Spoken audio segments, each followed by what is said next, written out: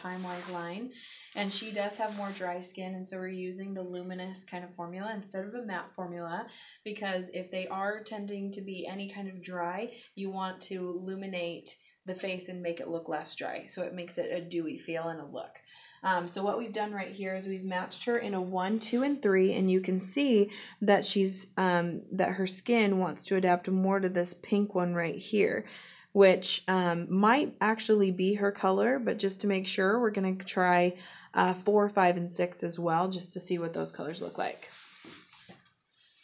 Did you just pause that one? Mm-hmm. Okay.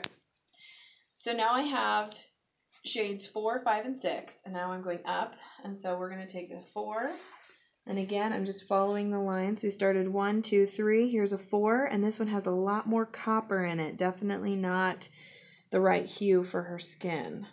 So now we're going to go up to a 6, and the color is not in, as you notice, it's not darker as it goes up per se, it's just different hues and different, really we're just playing with all different types of shades. So some are more yellow, some have more copper, some have more pink.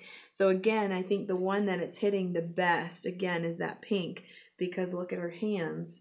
She's got this pinkness in her hands, and that pinkness is now coming out in her cheek right there. And so the one that goes best with her, this is a 1, 2, 3, 4, 5, and 6. That number 2 seems to be the one that's blending in just right. So we will find out in just a second if that's her right color.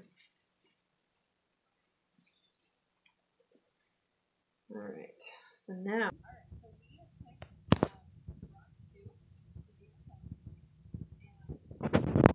I'm going to cover up that light coloring that we did with her under eye corrector.